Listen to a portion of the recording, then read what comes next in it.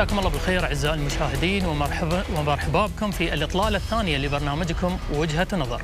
تدخل عملية عاصفة الحزم يومها العاشر، تلك العملية التي تمضي قدما نحو وقف التمرد الحوثي ومن خلفه القوات الموالية للرئيس المخلوع علي عبد الله صالح، وعودة الشرعية الممثلة في حكومة الرئيس اليمني عبد ربه منصور هادي، التي تفضي بدورها إلى عودة الاستقرار في هذا البلد والانتقال إلى مرحلة التنمية والبناء لبلد قارب إن لم يكن أصبح بالفعل دولة فاشلة. وفي هذه الحلقة من برنامجكم وجهة نظر ننطلق لنسلط مزيدا من الضوء على مجريات الأحداث لعملية عاصفة الحزم عبر محاور ثلاث، نبدأها بتطورات العمليات العسكرية، ثم نتطرق لاحقا لنكشف حقيقة من يدعي أن عملية عاصفة الحزم هي عملية ذات بعد طائفي ومذهبي، ونتناول في المحور الأخير دور دولة الإمارات في عملية الحزم وعودة الشرعية في البلاد أو في اليمن. فأهلا بكم.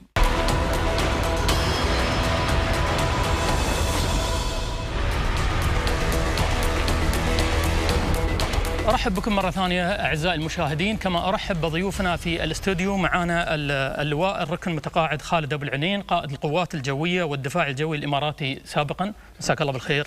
وكذلك الدكتور عمر عبد العزيز الباحث والأكاديمي اليمني، فمرحبا بك. كما أرحب أعزائي المشاهدين عبر الأقمار الصناعية من القاهرة بالدكتور محمد مجاهد الزيات، مستشار المركز القومي لدراسات الشرق الأوسط في القاهرة. كما ينضم إلينا لاحقا من الرياض الدكتور صالح المانع، عميد كلية الحقوق والعلوم السياسية بجامعة الملك سعود، فمرحبا بالجميع. قبل أن نبدأ حوارنا نتعرف عبر التقرير التالي إلى آخر تطورات الوضع الميداني في عملية عاصفة الحزم.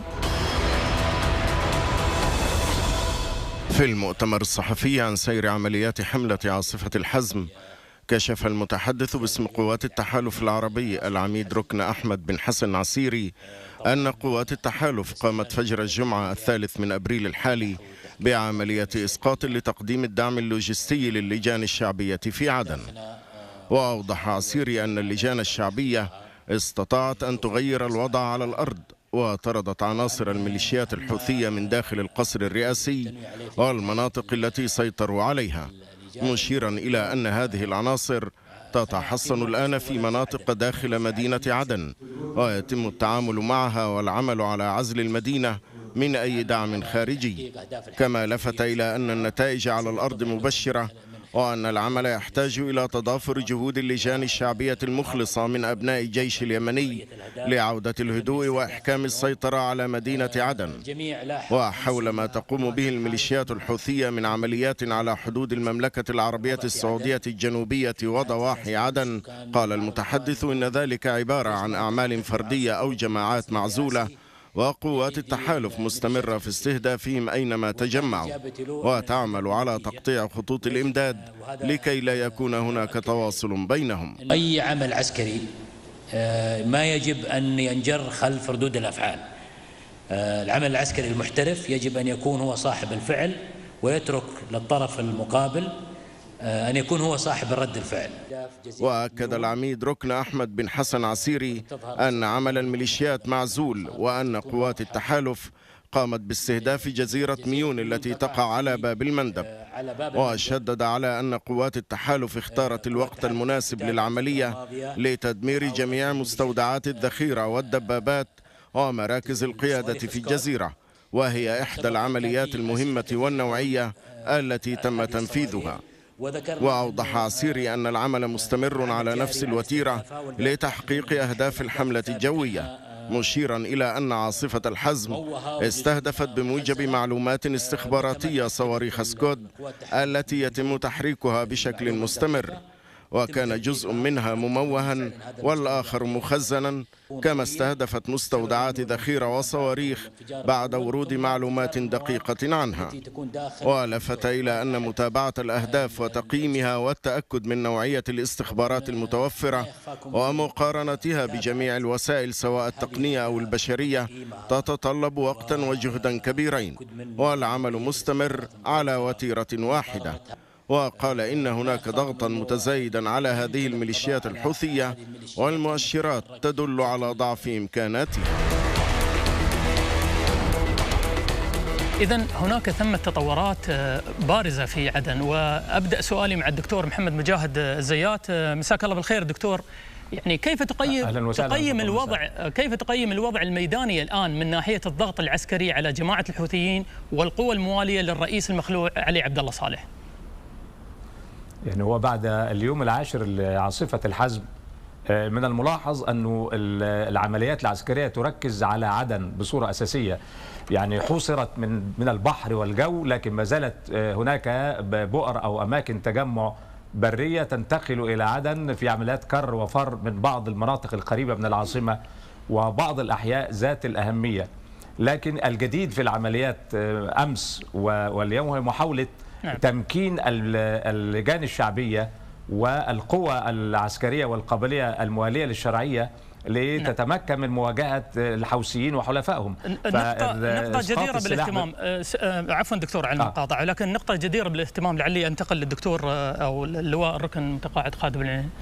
طبعا هناك امدادات عسكرية، تم إنزال كمية أسلحة لهذه اللجان. هل في اعتقادك أنها قادرة على إحداث تغيير في أرض الواقع؟ لا شك أن ممكن أن تحدث تغيير، ولكن يجب أن يؤخذ في الاعتبار كذلك التدريب على هذه المعدات أو الأجهزة ونوعيتها. نعم. ولكن الأهم من هذا حقيقة هو إيجاد قيادة ومرجعية لهذه الثوار، على أساس أن تنسيق الجهود بالنسبة لإعادة الانتشار وكذلك حماية عدن من هذا عدن. أنا أعتقد في الوقت الحاضر تحتاج إلى أسلحة ميم دال.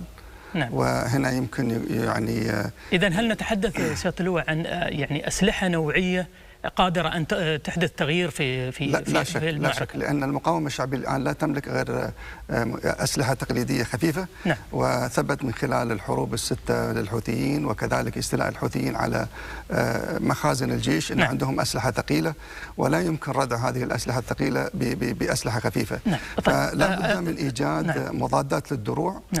ممكن أن تكون عن طريق تدريب أو لو إنه متأخر، ولكن ممكن يكون تدخل عن قوات خاصة من دول تحالف لسد المنافذ الرئيسية لعدن وعدم تقدم الحوثيين. دعني أنتقل سيادة اللواء للدكتور عمر. دكتور عمر، طبعا يعني الدكتور محمد زيات تحدث أن هناك وجود عمليات ودعم عسكري. اللواء تحدث عن مسألة وجود الأسلحة النوعية، ولكن تحتاج إلى تدريب ووجود قيادة.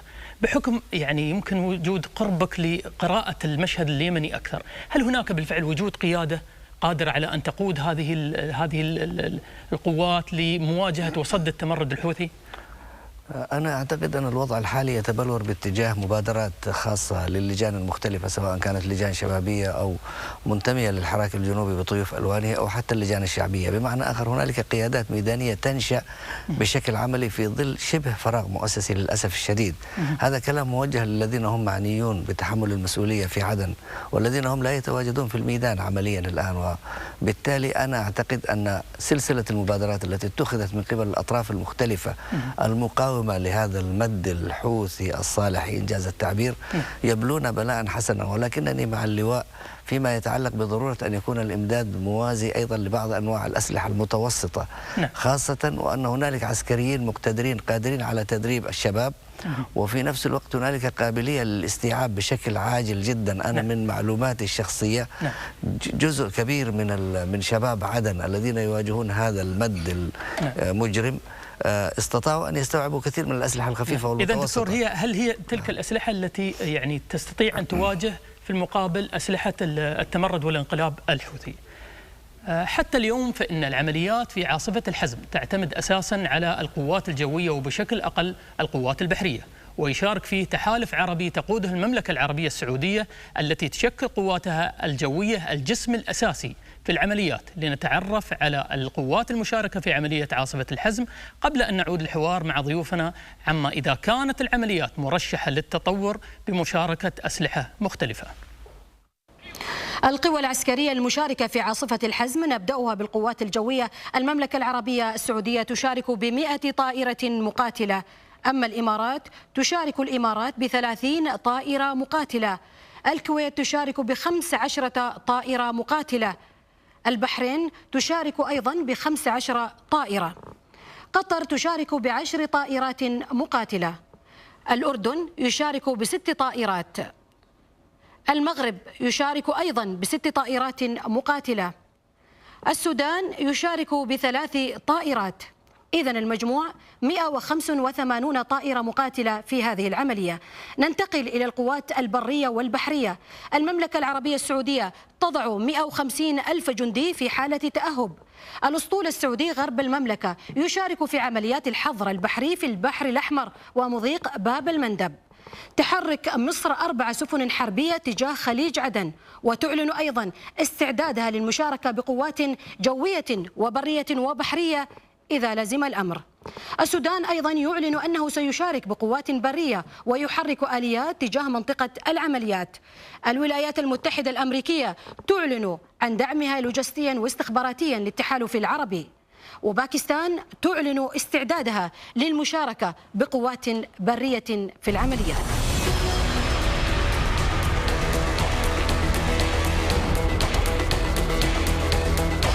إذن يبدو أن هناك قوة ضاربة لدى قوات التحالف وعاصفة الحزم.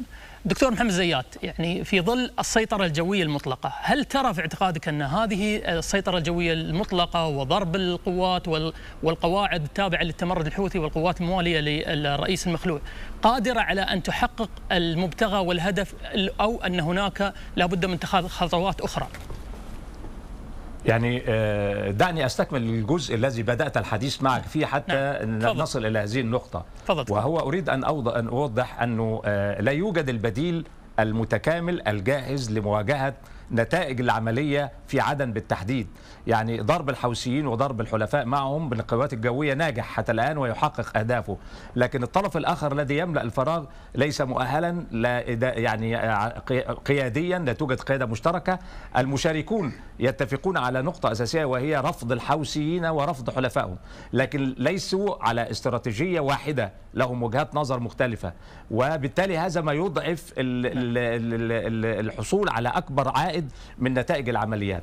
أما فيما يتعلق بالقوات الجوية فالعملية الجوية فهي ناجحة حتى الآن، ولعلك تلاحظ أن الأمور هدأت في صنعاء ولم يعد هناك تحرك.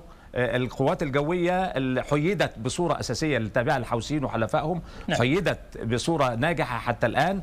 النتائج العسكرية في الشمال أسكتت بصورة أساسية محاولات الحوثيين للتعريض بالأمن القومي السعودي بصورة مباشرة. هذه كلها نتائج جيدة، ودعنا لا نتوقع يعني عائد سريع أكثر من ذلك في 10 أيام. أنت تتحدث عن قوات منتشرة في الأحياء السكنية، وهذا ما يضعف قدرة القوات الجوية على مواجهتها تحسبا لإصابات المدنيين. ولعل الأمر يوضح بصورة كبيرة حرص القوات الجوية للتحالف العربي حتى الآن على تجنب إصابة المدنيين، وهذه صعوبة طيب دكتور تفرض عليها. طيب يعني نتحدث عن الحلول العملياتية، يعني الضربات الجوية مهمة، ولكن طيب ما هي الحلول العملياتية التي تؤثر بالفعل على قلب موازين القوى في الداخل اليمني؟ تحدثت أن لابد من وجود قوى مشتركة وكذا، ولكن كيف يمكن أن تطبقها عمليا هذا الأمر؟ يطبق عمليا أولا في عدن. المعركة الرئيسية الحالية هي عدن، لتوفير تأمين وصول الرئيس الشرعي حتى يكون هناك وجود شرعي للدولة اليمنية يواجه هذا التمدد. في عدن تحتاج إلى ليس إلى أسلحة صغيرة ومتوسطة كما ذكر السيد اللواء أبو العينين، لكن نحتاج إلى أسلحة ثقيلة تواجه، وده من البحر. هناك سيطرة كاملة على البحر، ربما يتم إنزال بقوات دبابات أو بمضادات يعني للدروع. ربما نحتاج إلى أسلحة من هذا النوع، ربما يحتاج إلى قدرة على تجميع العسكريين المؤهلين، ليس لتدريب. التدريب قد يستغرق وقت للشباب لمواجهة كبيرة. نحتاج ضروري الوجود العسكري هناك في هذه المنطقة لملء الفراغ وتأمين عودة الرئيس عبد الرب منصور هادي إلى المقر حتى نقول جميل دكتور. الشرعية عادت. نعم. كان معنا من القاهرة الدكتور محمد زيات. شكرا جزيلا دكتور على هذه المشاركة وعلى هذه المعلومات القيمة، شكرا جزيلا. لعلي انتقل معك سيادة اللواء. طبعا تحدث عن مسألة أن لابد من وجود أسلحة نوعية، وقد يعني في اعتقاد في اتفاق ما بينكما في مسألة أن وجود أسلحة نوعية وجود قيادة. هل الآن نتحدث أن الضربات الجوية لابد أن تشمل جميع مناطق المتواجدة للقوات الحوثية، ولكن الحركة الميدانية تبدأ من عدن؟ هل هذا التصور المناسب العملياتي؟ صحيح. عدن كانت هي آخر معقل الرئيس هادي، وتمثل سقوطها سقوط الشرعية. ولو يعني شوف الأيام الأخيرة الحوثيين وعلي صالح مستميتين بقدر الإمكان أن يستولوا عدن بامتياز. نعم. وهناك الآن كر وفر في هذا الموضوع. نعم. عدم الفراغ المؤسسي العسكري الآن الموجود هو أخطر ما الآن يواجه العمليات العسكرية. لا بد من تعيين وزير الدفاع، لا بد من وجود رئيس أركان. قبل وصول الرئيس هادي على الأقل يكون حد فيه مسؤول عسكري موجود ميداني في المنطقة بغض النظر وين يكون. سواء كان في عدن أو غير عدن. الشيء الآخر لا بد من إعادة هيكلة القيادة والسيطرة، لأن وجود قوات في برية يحتاج إلى وجود قيادة وسيطرة وتوحيد الجهود. صحيح. بكثافة. صحيح. لدرع والعمليات الموجودة في شتى أنحاء اليمن.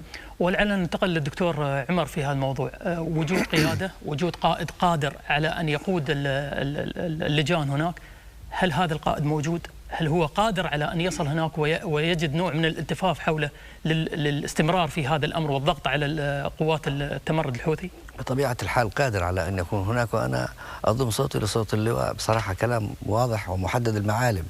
ما يجري الآن في عدن هو مقاومة ذاتية شعبية عامة تتشارك فيها كل طيوف الألوان، وفي حالة من الوحدة الشاملة في هذا البعد، في بعد المقاوم. حتى أنني أستطيع أن أصف هذا البعد المقاوم بأنه بعد فيه من الاستبسال ومن الروح المعنوية العالية التي ترد على هذه الهجمة الهمجية على المدينة بذاتها. هنالك ضرب الآن للمياه، للكهرباء، للمنازل، استخدام الراجمات، استخدام الدبابات، استخدام المدفعية في مدينة. ولهذا السبب تحول سكان المدينة المسالمين الذين عرفوا تاريخيا بأنهم من عشاق السلم والحياة تحولوا إلى محاربين أشداء. أنا أعتقد أنه من الضرورة بمكان الآن أن يكون هنالك إمداد بري حقيقي. أضم صوتي إلى صوت سيادة اللواء وما قاله أخونا الزيات في القاهرة. ليس فقط ذلك، لأن كل البحار ما زال مسيطر عليها. ومن البحار يمكن أن يكون هناك إنزال، وهنالك أيضا عسكريين كثيرين يعرفون هذه الأسلحة وهم مدربين عليها. وبالنسبة للجماعات الشبابية يشتغلون في الجيوب الكثيرة المنتشرة هنا وهناك، وتلك الجيوب هي عبارة عن فخاخ. تعمد الرئيس السابق علي عبد الله صالح أن يفخخ كل المدن اليمنية وليس عدن فقط. يفخخها بجيوب عسكرية وخلايا نائمة، وهذه الخلايا والجيوب النائمة في حالة موالاة ذات طابع عائلي مطلق، ذات طابع ضيق الأفق. وبهذا المعنى نحن نشهد الآن في معركة عدن حرب بين الهمجية والحضارة، بين المدنية. ولعل هذا الأمر دكتور يعني يحتاج إلى قراءة متأنية من التحالف في مسألة قراءة الواقع الميداني. أسلحة نوعية كما تفضلت سيادة اللواء، وجود قيادة، جميع هذه النقاط تساعد بالفعل في مواجهة التمرد الحوثي. أعزائي المشاهدين، فاصل ونعود.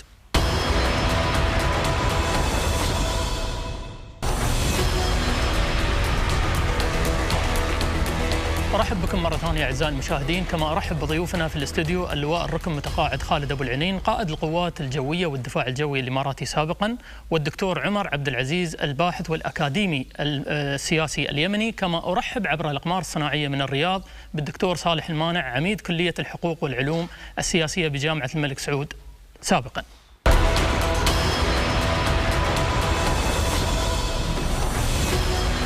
أكثر من مسؤول إيراني ومن يدور في فلك التوجهات الإيرانية ولا سيما حزب الله وغيره تحدثوا عن عملية عاصفة الحزم بوصفها عدوانا سعوديا على اليمن جاء بقرار أمريكي وخدمة لتوجهاتها. لنتعرف أولا على بعض هذه التصريحات.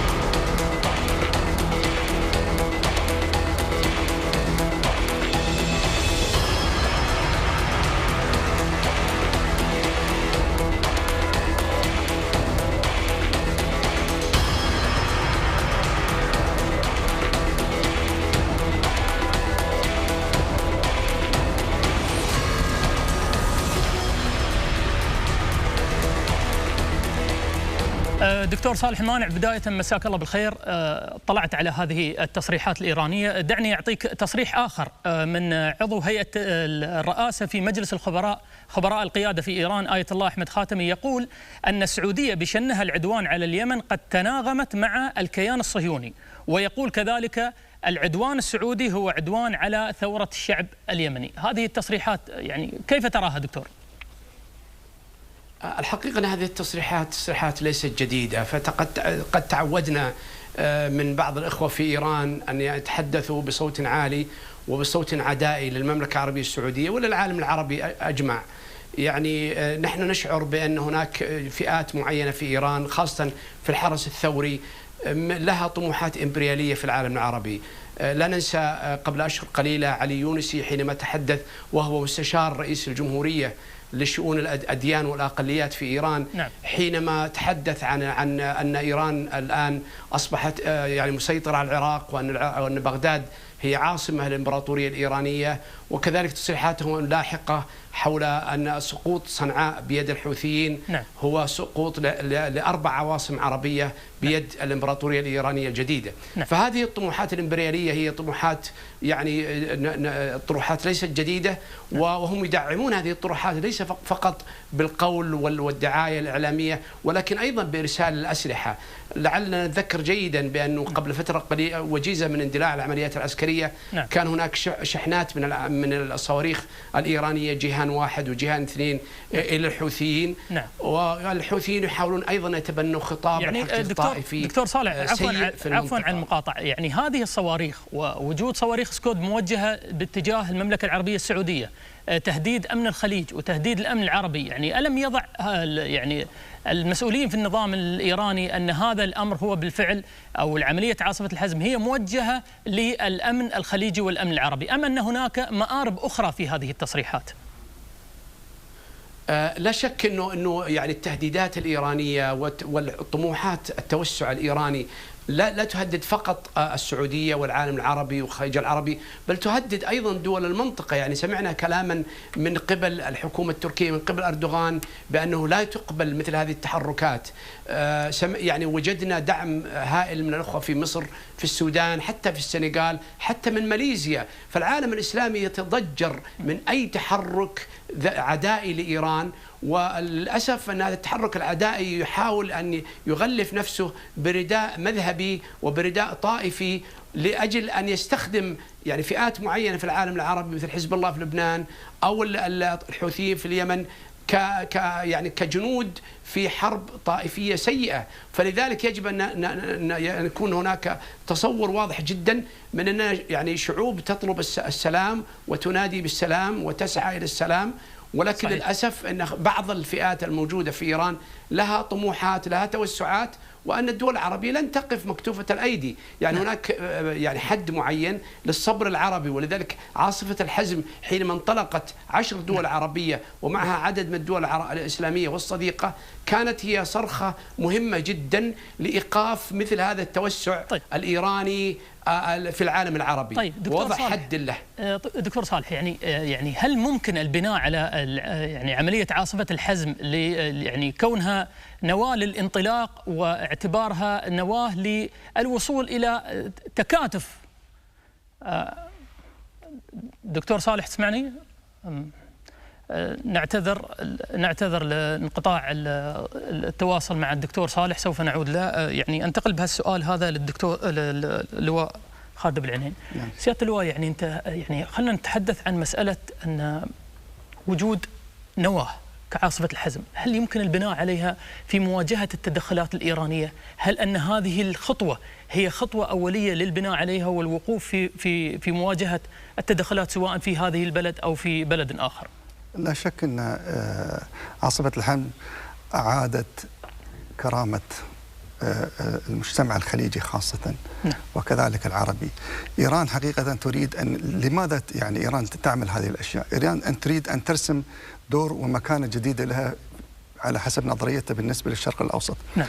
هي الآن تتمثل، هي تريد أن تبني دولة تمثل نفسها أن هي الدول الكبرى، أن هي الدولة الكبرى والعظمى في ليس فقط في منطقة الخليج ولكن نعم. كذلك في الشرق الأوسط. نعم. ويجب أن لا يغفل، يجب أن يتعامل معها على هذا الحد. نعم.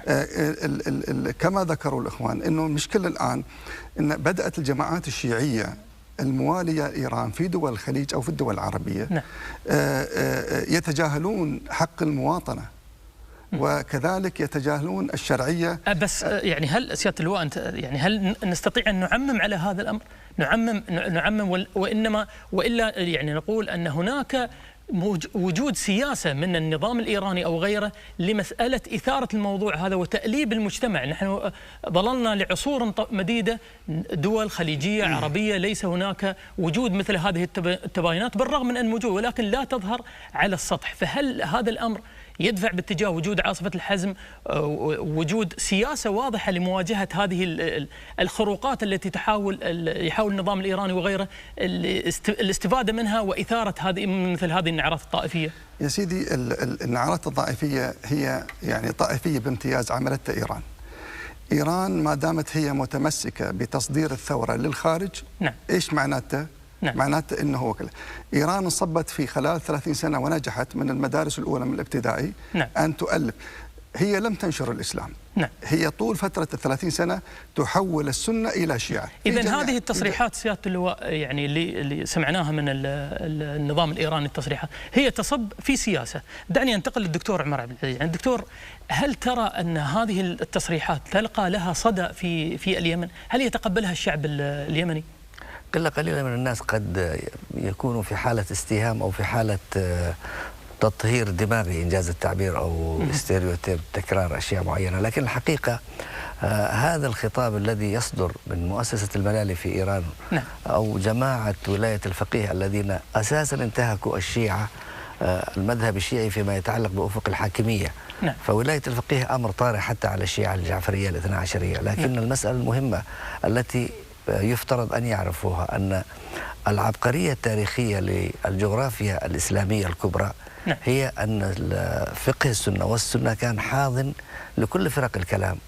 السنة في الإسلام حاضنين لكل فرق الكلام. السنة هي الوسطية الكبرى في الإسلام التاريخي. السنة هو ذلك الامتداد الذي يبدأ من إندونيسيا ويستمر في الهند وكامل العمق الآسيوي الذي فيه مئات الملايين من الناس وإفريقيا والعالم العربي. هل التصريحات هذه ستؤثر في الداخل؟ بمعنى ما أريد أن أقوله باختصار أن هذا الحاضن السني الكبير في العالم الإسلامي استوعب كل فرق الكلام وكل الاتجاهات بكل رحابة بدون أي نوع من التمييز. بل أنه استوعب الأديان الأخرى كالمسيحية واليهودية بكل رحابة. وهنالك شواهد تاريخية كبرى على هذا الأمر. ما يجري الآن من قبل مؤسسة الملالي في إيران وهي مؤسسة محافظة متعصبة أيديولوجية أنهم يريدون استعادة مجد إمبراطورية آفلة كمن يريد أن يعيد الإمبراطورية الرومانية أو الكسروية أو أي إمبراطورية من إمبراطوريات التاريخ. وفي هذه الحالة هم يجافون قواعد التاريخ وقوانين التاريخ ونواميس الطبيعة والمجتمع. صحيح. ما يحصل هو هذا الأمر. هنالك استخدام سياسي للمذهب وهنالك محاولة لتجييش العناصر الموجودة في عديد من البلدان الإسلامية على قاعدة التأثير النفسي بهذا القدر. وتأتي هذه التصريحات دكتور لتصب في نفس هذا المجرى. نعم. في خطابه أمام القمة العربية تحدث خادم الحرمين الشريفين الملك سلمان بن عبد العزيز عاهل المملكة العربية السعودية عن ضرورة الحفاظ على أمن المنطقة وعلى الأمن العربي. فيما تحدث الرئيس اليمني عبد ربه منصور هادي عن الموقف في اليمن بعد الانقلاب المسلح الذي نفذته جماعة الحوثيين. ويعكس الموقفان رؤية واحدة تجاه عملية عاصفة الحزم وتجاه استقرار اليمن وأمنه وأمن الاستقرار والمنطقة. لنستمع إليهما أولا. إن الواقع المؤلم الذي تعيش عدد من البلدان العربية من إرهاب وصراعات داخلية وسفك للدماء ونتيجة حتمية للتحالف بين الإرهاب والطائفية الذي تقوده قوى إقليمية أدت تدخلاتها السافرة في منطقتنا العربية لزعزعة الأمن والاستقرار في بعض دولنا. ففي اليمن الشقيق أتى التدخل الخارجي تمكين الميليشيات الحوثية، وهي فئة محدودة، من الانقلاب على السلطة الشرعية واحتلال العاصمة صنعاء، وتعطيل استكمال تنفيذ المبادرة الخليجية التي تهدف للحفاظ على أمن اليمن ووحدته واستقراره. ولقد جاءت تلبية دول مجلس التعاون لدول الخليج العربية لدعوة فخامة الرئيس الأخ الرئيس عبد ربه منصور هادي للجمهورية اليمنية لعقد مؤتمر الحوار في الرياض تحت مظلة الأمان العام لدول المجلس من أجل الخروج باليمن من ما هو فيه إلى بر الأمان، بما يكفل عودة الأمور إلى أصحابها في إطار المبادرة الخليجية وآليتها التنفيذية التي تحظى بالتأييد عربي ودولي. شعبنا العظيم الذي يحلم أبنائه بوطن آمن ومستقر ويطمح لغدا أجمل وأروع في ظل دولة مدنية اتحادية حديثة تستلهم أسسها من مخرجات مؤتمر الحوار الوطني الشامل الذي انقلبت عليه ميليشيات الحوثي وحلفائها في الداخل والخارج.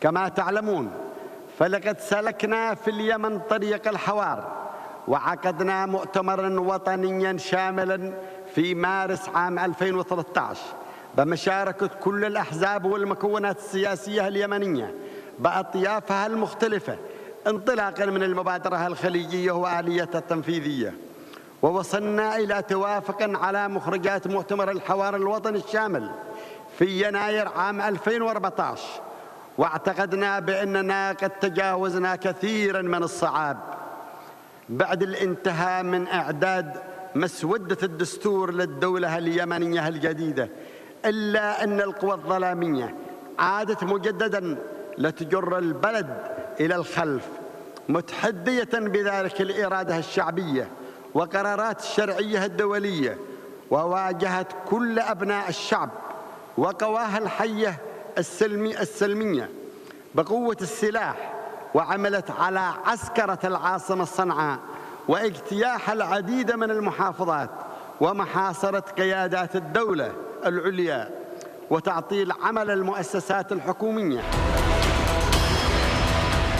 لعلي دكتور عمر أبدأ من حيث انتهى التقرير، يعني تصريحات الرئيس اليمني إلى أي مدى تعكس بالفعل الواقع في اليمن والاصطفاف والالتفاف وراء الشرعية؟ الحقيقة أن الغالبية العظمى من الشعب اليمني وأنا على يقين من ذلك هم مع الشرعية، وهم مع المبادرة الخليجية والبرنامج الزمني الذي تلا المبادرة الخليجية. ذلك أن مؤتمر الحوار الوطني شارك فيه كل الأطراف، بما في ذلك الجناح المؤتمري من حزب المؤتمر الشعبي العام المناصر للرئيس السابق علي عبد الله صالح، وكذا الحوثيون. لكن الحقيقة التي ظهرت على السطح هو أنهم يوافقون على العملية السياسية وينخرطون في العملية السياسية ويحتفظون بأجندة خاصة. هذه الأجندة الخاصة هي ضد العملية السياسية وضد الانتقال السلمي وضد الذهاب بعيدا في الخروج من المأزق كما جاء في المبادرة الخليجية. وبالتالي بالمعنى الواسع للكلمة كل الذاكرة الجمعية ممثلة في الأحزاب السياسية والمكونات الاجتماعية وغالبية الناس ليسوا مع هذا الاتجاه المغامر، ليسوا مع هذا الاتجاه الذي يريد توظيف مؤسسات الدولة لأغراض لا علاقة لها بالبناء والرشد والرشاد، وأيضا الذين يريدون جرجرة البلاد إلى معادلة إقليمية غريبة تماما عن اليمن وعن الجزيرة العربية. باختصار شديد هذا هو الأمر. المناطق التي سقطت بطريقة حرة كما هو الحال بالنسبة لصنعاء وتعز والحديدة، هذا السقوط لم يأتي بالفتوة الحوثية ولا بقدراتهم العسكرية، ولكنه جاء بسبب تلك الفرق العسكرية والألوية العسكرية التابعة لعلي عبد الله صالح، والتي أنشأها منذ عقود من الزمن على قاعدة الولاء الشخصي والولاء العائلي. وبهذا المعنى نحن نتحدث هنا عن جيش غير وطني، عن جيش لا يمثل الأنساق المجتمعية اليمنية المركبة، وهو بهذا المعنى ليس جيشا وسطيا. والآن الأمر على هذا النحو، الطقم العسكرية الأوليغاركية الفاسدة هي التي تقود هذه الحملة، وعلي عبد الله صالح هو رأس الحربة في هذه المعادلة، والحوثيون هم حصان طروادة في هذه المعادلة. لكن الأمر الحقيقي هو أن اليمنيين ليسوا مع هذا المد بالمعنى الواسع للكلمة. الشاهد على ذلك المظاهرات في صنعاء، والمظاهرات في تعز، والمظاهرات في الحديدة، والمقاومة الباسلة في مأرب، والحراك الآن الجديد في حضرموت الذي يأتي ردا على القاعدة التي يتبناها ويحركها علي عبد الله صالح متى ما شاء. هذا أمر في غاية الأهمية. وأيضا المقاومة الباسلة في عدن وفي لحج وفي الضالع. بمعنى آخر أن اليمن الآن تشتعل بكافة روافد العمل الكفاحي السلمي وغير السلمي. إذا لعل جميع يعني النقاط التي ذكرتها دكتور عمر تؤكد على أن عملية عاصفة الحزم ما هي إلا تأكيد على عودة الشرعية وليست ذات أبعاد طائفية ومذهبية، بل أنها ضرورية في إطار الميزان العام وفي إطار استعادة المكانة التي يستحقها العرب في هذا الزمن. نحن تنازلنا أكثر من اللازم. دكتور يعني سيادة اللواء خالد، يعني هل الحين نحن نتكلم عن كما تفضل الدكتور عمر خطوات إيجابية، الشعب يلتف حول الشرعية، يسعى إلى يعني نبذ هذه الأمور ومحاولة التوظيف الإقليمي لجماعة الحوثيين. مستقبل التحركات الإيرانية في المنطقة تحديدا نتحدث من اليمن، هل لاحقا سنرى أن هناك تحركات أخرى تؤدي إلى وقف هذه التدخلات ووجود بالفعل قوة عربية قادرة على صد هذا الأمر؟ طبعا حينما نتحدث عن وجود قوة عربية مشتركة، فهل هذا الأمر سيساهم؟ ما في شك. أحب أعلق على كلام الدكتور أنه هناك اصطفاف، وخاصة بالنسبة للوحدة اليمنية، واللي أهم من هذا هناك اصطفاف حول حكام ومسؤولين دول الخليج، خاصة الشعب الخليجي حول حكامهم. هذا حقيقة مهم جدا، والدعم العربي والإسلامي للسعودية في هذا الموضوع يجب أن يستغل ويستثمر أكبر استثمار. بالنسبة لموضوع الإيران، إيران هي حقيقة يعني لا تستطيع تكثر الآن هي يعني تتوسل أن تتكلم مع السعودية بخصوص هذا الموضوع. عسكريا لا تستطيع أن تتدخل نهائيا، ليس من صالحها في هذا الوقت. إيران الآن هي تحاول عن طريق بريطانيا وتحاول خاصة عن طريق روسيا، وهم أمر مكشوف. ولكن الخطورة كذلك بالنسبة لموضوع اللي هو التعامل مع الجانب البريطاني. إذن سيدور الفلك الضغط الإيراني على الجوانب الإعلامية والسياسية فقط. بارك الله فيك. نعم. لكن هناك لا تنسى إن الحوثيين عندهم كمية من السلاح مدربين. ليس الموضوع ببساطة أنه يعني هي مسألة كم أسبوع وكل حاجة ممكن تأخذ شهور العملية. لا بد من اجتثاث جميع الأسلحة الثقيلة وإخراجها من يد الحوثيين حتى يستطيعوا أن يتكلموا بلغة المصالحة مع الجميع. يجب منع الحوثيين قطع علاقتهم السياسية، يجب منع كذلك الإمداد العسكري من إيران. إيران تحاول قدر الإمكان أن لا تتخلى عن الحوثيين بأي حال من الأحوال. إذن والعودة إلى طاولة المفاوضات، ولعل يعني ما يؤكد على عملية عاصفة الحزم هي تحقيق السياسة والعودة إلى طاولة المفاوضات. نفذت الطائرات المقاتلة الإماراتية يوم أمس ضربة جوية ناجحة ضد عدد من المواقع التي يسيطر عليها الحوثيين، حملت اسم الشهيد السعودي سليمان المالكي، أول شهيد سعودي في عملية عاصفة الحزم، وذلك ضمن العملية التي ينفذها التحالف العربي لدعم الشرعية في اليمن. وحملت إحدى المقاتلات الإماراتية المشاركة في الضربة الجوية اسم الشهيد المالكي تثمينا وتخليدا لذكراه. وتمثل تلك الضربة جزءا من مشاركة دولة الإمارات العربية المتحدة في التحالف العربي المساند للشرعية في اليمن. وفي المحور الثالث والأخير من حلقة اليوم في برنامج وجهة نظر سوف نناقش موقف دولة الإمارات ورأي المواطن الإماراتي، ولكن بعد الفاصل.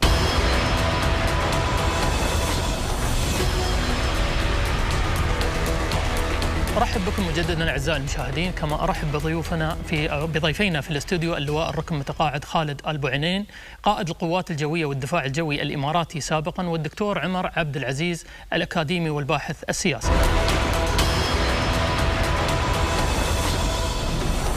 في جلسته بتاريخ 29 من مارس الماضي، أكد مجلس الوزراء الإماراتي دعم دولة الإمارات لجهود المجتمع الدولي في إعادة الأمن والاستقرار اليمن، وأكد كذلك على دعم دولة الإمارات لعملية عاصفة الحزم، كما أكد على وحدة التراب العربي ضد كل ما يهدد استقراره، وعبر عن أمله في أن يخرج اليمن من هذه المحنة وتعود كل الأطراف للعمل والتنمية والاستقرار. دعونا نتابع في هذا التقرير موقف دولة الإمارات العربية المتحدة من عاصفة الحزم.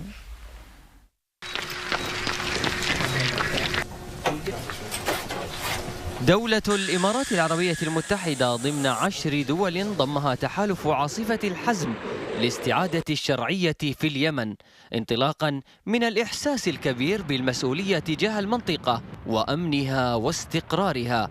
الموقف الإماراتي كان واضحا منذ بداية السعي الحوثي للسيطرة على اليمن ضمن مخطط معلوم وواضح لتطويق المنطقة وتهديد أمنها واستقرارها، والذي يتطلب تكاتفا خليجيا. اجتماع الرياض الذي ضم السعودية والإمارات والكويت والبحرين وقطر وكان على أعلى مستوى كان البداية لإعطاء الجهود الدبلوماسية الأولوية في اليمن لحل القضية وجمع الأطياف اليمنية للحوار في العاصمة السعودية الرياض وبرعاية خليجية. إلا أن ممارسات الحوثيين واستمرارهم في الزحف إلى العاصمة البديلة للحكومة اليمنية الشرعية عجل بدول الخليج للتحرك عسكريا لفرض الشرعية في اليمن، ومن خلال مشاركة دول الخليج ودول أخرى لدعم التحالف. وتحقيقا لهذا التحالف شاركت الإمارات في عاصفة الحزم ب30 طائرة حربية تقصف أهدافا حوثية في صنعاء والمناطق الخاضعة للحوثيين. مجلس الوزراء في دولة الإمارات أكد أن دولة الإمارات العربية المتحدة جزء من منظومة العمل الخليجي المشترك، وتعمل مع أشقائها جنبا إلى جنب لحماية أمنها ومكتسباتها ضد كل ما يشكل خطرا عليها، مشيرا إلى الدور التاريخي لدولة الإمارات في الوقوف إلى جانب اليمن العزيز، وأنها لم تتخلف يوما عن دعم الشعب اليمني الشقيق وفي كل الظروف، كما سعت وضمن إطار مجلس التعاون ومن إحساس كبير بالمسؤولية تجاه المنطقة وأمنها واستقرارها إلى ضمان التوافق السياسي، والذي عبرت عنه المبادرة الخليجية أبلغ تعبير في إطار جامع يعبر باليمن من أزمته السياسية وعبر توافق يضمن المشاركة لكافة المكونات وعبر حوار وطني وانتقال سياسي سلمي. الشارع الإماراتي ومن خلال مواقع التواصل الاجتماعي أعرب عن سعادته بالمشاركة الإماراتية في عاصفة الحزم لحفظ أمن الخليج واستقراره، مؤكدا أن المشاركة الإماراتية فيما يحفظ أمن المنطقة واستقرارها نابع من توجه القيادة نحو دعم الجهود الجماعية بما يتماشى مع ميثاق الجامعة العربية والأمم المتحدة. ولم يكن موقف الإمارات بمعزل عن الموقف العربي، حيث أثنت القمة العربية في شرم الشيخ على الخطوة الخليجية في اليمن، بل عززت من ذلك بإصدار قرار بإنشاء قوة عسكرية عربية تعزيزا للتضامن العربي وحفظا للبيت العربي الواحد.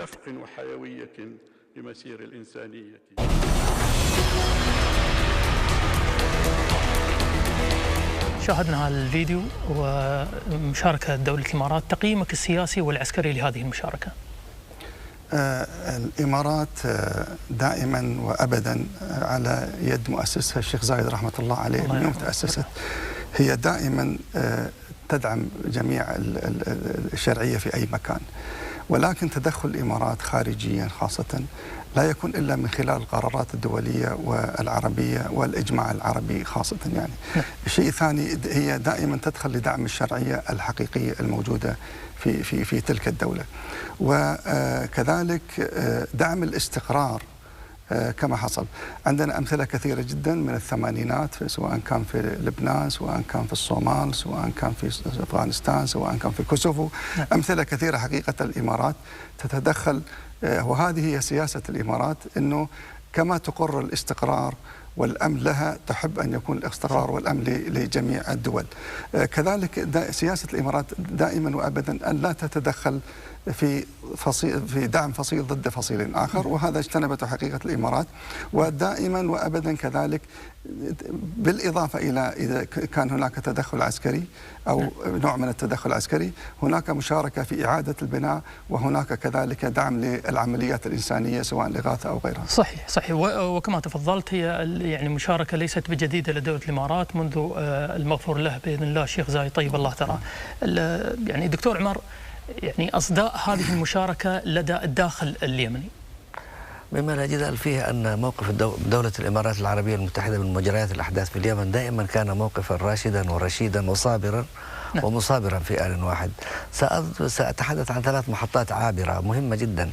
عندما كان هناك حراك جماهيري كبير جدا ضد النظام علي عبد الله صالح في عام 2011، كانت الإمارات العربية المتحدة حاضرة في أساس هذه المعادلة، حتى أن كل فرقاء الساحة السياسية في اليمن ارتضوا أن تكون السفارة الإماراتية هي مرجع للتفاهم والتفاوض.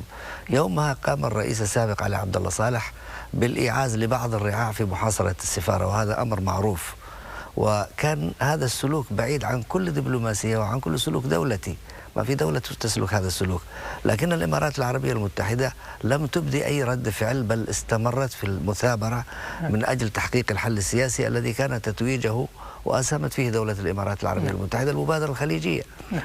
الآن وفي هذه اللحظة نستطيع أن نتحدث عن اللجنة الدستورية التي كتبت الدستور في أبو ظبي، هنا في أبو ظبي، لأن اليمنيين بطيوف ألوانهم عندهم هذا النوع من الانطباع ومن النوع من الاعتقاد بأن دولة الإمارات العربية المتحدة هي المكان الذي يكون حاضنا لكل الأطياف السياسية. أنا أعتقد اتساقا مع هذا الأمر الذي بدأه رحمة الله عليه الشيخ زايد عندما قرر إعادة بناء سد مأرب في ثمانينات القرن المنصرم، ما زال هذا الموضوع قائم حتى هذه اللحظة. والآن مشاركة الإمارات في هذه العملية لا تعني مشاركة عسكرية فقط، ولكنها تتضمن شكل جديد من أشكال التحالف في العالم العربي، رد على التحديات، استباق لضرورات المستقبل، للاستحقاقات القادمة. أنا على يقين تام بأن السياسة الراشدة والرشيدة في دولة الإمارات العربية المتحدة كانت وما زالت تسير في هذا الترمومتر البناء والعاقل والرصين، والذي ينعكس أداة إيجابيته في الداخل وبصفة مؤكدة سيكون لها صدى إيجابي ورجع صدى إيجابي عند كل العقول الرائية في اليمن. ولعله إرث يعني ورثته دولة الإمارات من المغفور له بإذن الله. نعم. استعرضنا في التقرير السابق الموقف الرسمي لدولة الإمارات العربية المتحدة، فماذا عن الموقف الشارع الإماراتي من مواطنين ومقيمين تجاه سياسة دولة الإمارات المساندة للشرعية في اليمن وعملية عاصفة الحزم؟ لنستمع. هذه حملة لو كانت ما فيها المنطق وفيها العقل وفيها الإنسانية ما تشارك فيها دولة الإمارات. أن هذا قرار حكيم، وكان المفروض أن هذا التحرك يكون من زمان قبل التوسع الحوثي اللي كان في اليمن، فطالما احنا نؤيد قلبا وقالبا مع دولة الإمارات. هذا موقف ما هو غريب على الإمارات. الإمارات توقف مع الناس بالسلم والحرب، يعني هذا الشيء مو غريب. طبعا مع عاصفة الحزم طبعا ما شاء الله، يعني كونه الأمة العربية تتوحد في نقطة زي دي حاجة ما سهلة. نتمنى إنه يكون على طول يعني يتواصل، الجهود تتواصل والدول العربية تتكاتف. الحملة هي اللي بيسموها عاصفة الحزم كانت المفروض من البدايات صراحة. وقفة صراحة يعني في وقتها، يعني قاموا بالواجب كلهم دول الخليج وبالخصوص دولة الإمارات، ونحن ما زلنا فخورين بهذا الموقف اللي قامت بدولة الإمارات.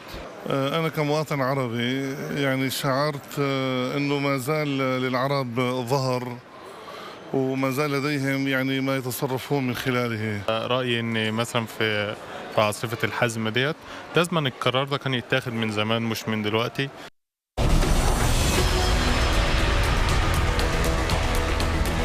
لعل سيادة اللواء يعني أنا شدتني كلمة للعرب ظهر، يعني عاصفة الحزم يعني أعطت للعرب قوة ومنع. التماسك ما بين القيادة في دولة الإمارات وما بين الشعب وحتى المقيمين يؤكدون على الخطوة المباركة لهذا. كيف تقيمها في المستقبل في مسألة يعني مواجهة نقاط أخرى أو يعني بؤر أخرى من التوتر في المنطقة، والذي يسعى إلى جهود دولة الإمارات وجميع الدول لتحقيق السلم والاستقرار؟ هناك اصطفاف غير مسبوق بالنسبة للشعب حول القيادات، سواء كان في داخل الإمارات، سواء كان في داخل جميع دول الخليج، وكذلك اصطفاف دول الخليج مع السعودية في هذا المنطق. هذا إعادة الكرامة الأمة العربية عامة والخليج خاصة، وكسر للجموح والأطماع الإيرانية من خلال التطرف اللي هي الآن تسانده في كثير من دول الخليج. وأنا أعتقد أنه هذا الالتفاف يجب أن يستثمر حق الاستثمار. سيادة اللواء، يعني في أقل من نص دقيقة دكتور عمر، استثمار هذا الأمر مثل ما قال يعني للعرب أصبح ظهر، فكيف يمكن نستغل هذا الموضوع في المستقبل في أقل من نص دقيقة؟ أنا أعتبر أن هذه اللحظة هي عتبة انطلاق نحو المستقبل بكل بساطة وباختصار شديد جدا. هذه الحملة العسكرية تنطوي على أبعاد استراتيجية هامة جدا، وتنطوي على مناجزة لضرورات المستقبل على مستوى المنطقة العربية، وعلى مستوى أن نكون رقم إقليمي حقيقي وكياني في هذه المنطقة دون ما إخلال بالبنى القائمة على الإطلاق. العرب يمكنهم أن يكونوا موحدين في إطار البنى القائمة، ويمكنهم أن يحولوا التعدد والتنوع إلى قيمة كلية في هذه اللحظة. إذن دولة الإمارات ينشد فيها الظهر، العالم العربي والدول العربية ينشد فيهم الظهر لمواجهة التحديات. نأتي إلى نهاية الحلقة، حلقة اليوم من برنامج وجهة نظر. كل الشكر والتقدير لضيوفنا في الاستديو، اللواء الركن المتقاعد خالد آل بوعنين، والدكتور عمر عبد العزيز الباحث والمحلل السياسي. كما نشكر الدكتور محمد مجاهد زيات كان معنا عبر الأقمار الصناعية من القاهرة، وكذلك الدكتور صالح المانع عميد كلية الحقوق والعلوم السياسية بجامعة سعود سابقا كان معنا كذلك عبر الأقمار الصناعية من الرياض. الشكر موصول لكم أعزائي المشاهدين، لقاءنا يتجدد معكم في نفس التوقيت السبت القادم. ربي يحفظكم، بداية الله.